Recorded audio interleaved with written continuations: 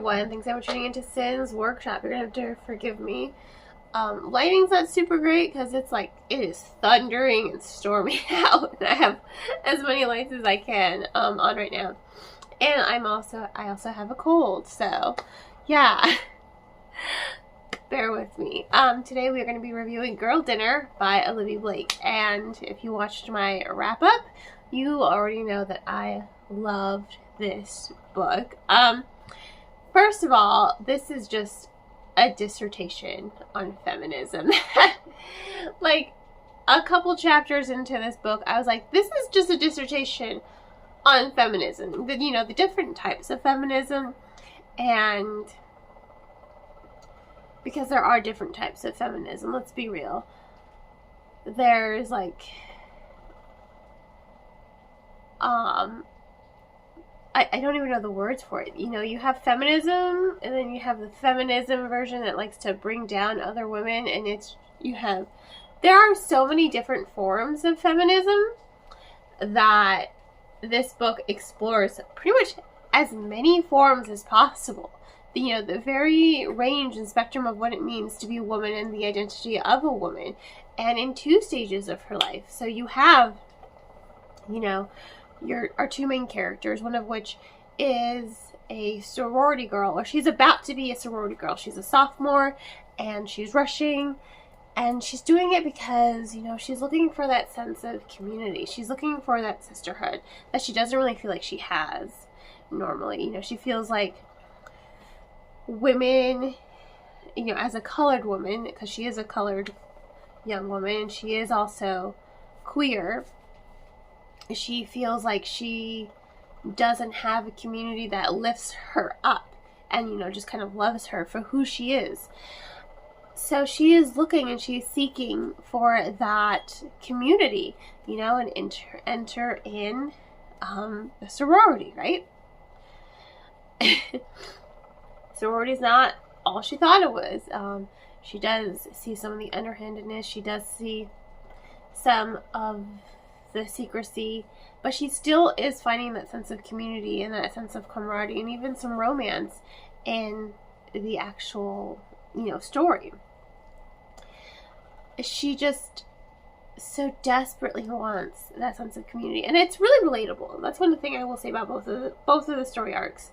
It is very relatable because I'm just like, wow, when I was in college, even in high school, I think a lot of young people, regardless of their gender or sexual orientation, are seeking that sense. Even nowadays, I feel like I have finally found like my community, and I'm in my 30s now. I'm 34. I just turned 34. Yay! And I feel like I finally found like my community, small little knit group. I call them my found family. I feel like, wow, I have finally found, my people outside of my family, outside of my husband and my 2 kids, because I do have an identity outside of being a wife and mother, which we're going to talk about in a little bit because that is what the second arc of the story is about. But I feel like we as a people are always kind of trying to find our community and our sisterhood and, basically our hashtag found family, right? And to me, that was like very relatable. Like, I totally understood where this young adult was coming from. I'm like, wow, I've been there. I have felt that. You definitely relate to her. As for the second arc of the story, like I said, our second POV of the book, she is a new mom. She is an adjunct professor, and, she's married with a husband, and she is trying to be like the good wife and the good mother, She feels like she's failing all the time. And I think any parent, again, you don't have to be a mother, you don't have to be a father, I think just any parent often questions like, wow, am I doing this right? Am I a good parent? And I often say to myself, I'm just like, when all of my, coworkers are like, your kids are so good, And every time I get compliments from random strangers for my kids being very polite, I'm just like, yeah, I don't know what I'm doing, but clearly I'm doing something right. You know, I think all the time we're always just kind of like second guessing our behavior, like, oh my God. And that is exactly what she's doing. She's second guessing her behavior as a mom. She's like, am I doing the right thing going back to work and putting my daughter in the daycare? Does she feel abandoned? Am I doing the right thing? Why won't my daughter eat? Does my daughter not love me? Am I not feeding her the right foods? I don't know what's going on. You totally get her. You totally get her. And then she meets her own little community of women who are just in the same boat. They're all moms. They're all working moms. They're all very successful. And so she's like, how do you do it? How do you reaffirm yourself? You know, how do you refine your identity outside of just being a mom and a wife? And then as the story progresses, you're seeing, because they do talk a lot about womanhood and what it means to be a woman and how society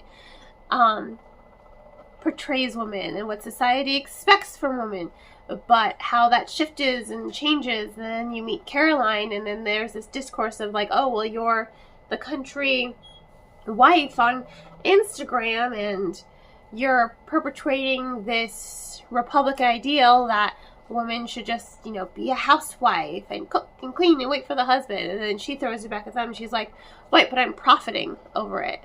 It is my income. I'm leaning into a culture and I'm profiting off of it.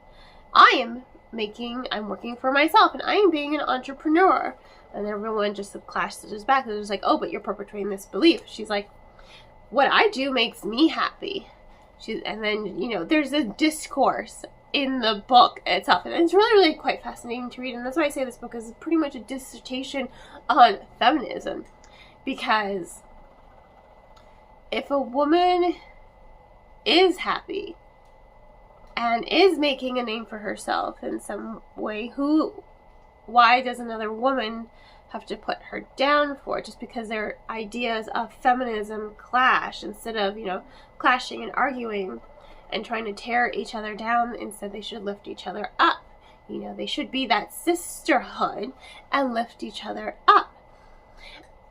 I really love this book. 5 stars, easily 5 stars. It is rather engaging. You know, it is thoughtful. It is provocative.